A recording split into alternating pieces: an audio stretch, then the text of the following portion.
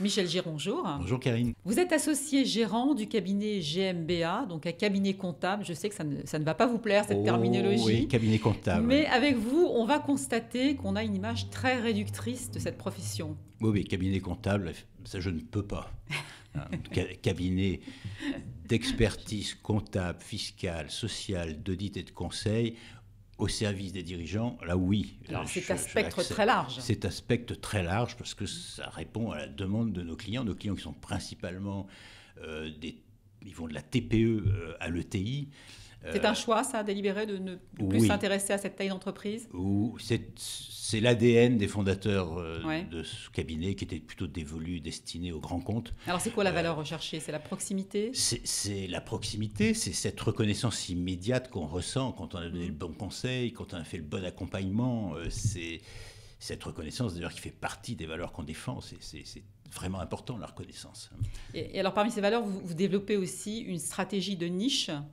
Oui, on a développé au fil du temps des savoir-faire dans l'innovation et le monde des startups. On connaît très bien l'écosystème de l'innovation en Île-de-France.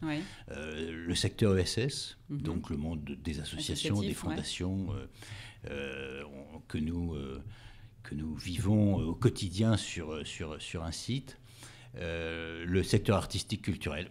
Et puis également l'international, parce qu'on a toujours considéré qu'on devait accompagner nos clients internationaux, mais être capable aussi de recevoir et d'accompagner des groupes étrangers qui s'implantaient en France. Et alors, preuve qu'effectivement, le domaine de l'expertise comptable n'est pas aussi poussiéreux qu'on pourrait l'imaginer. Vous êtes inscrit bien avant l'heure dans une démarche RSO, donc responsabilité sociétale des organisations. Comment ça se conjugue avec votre métier, ces démarches ? Alors, effectivement, on a fait de la RSO pendant très longtemps sans le savoir. Et à un moment donné, on s'est dit, au moment où on a commencé à en parler en France, on s'est dit, bah oui, c'est ce qu'on fait et on va donc le formaliser. Et ensuite, on a été également chercher un label, qui est un label ISO 26000, label Lucie.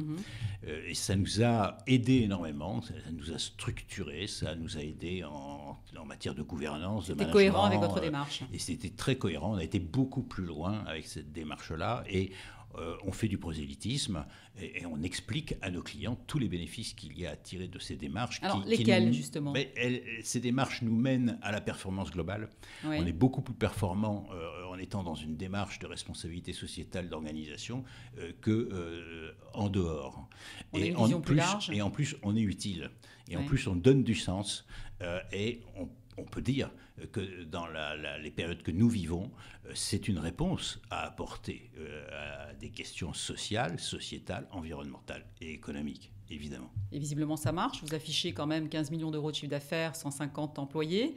Et ça n'est pas prêt de s'arrêter. Vous allez bientôt fêter vos 30 ans. Et oui. Qu'est-ce que vous souhaitez à votre profession pour les 30 années à venir ?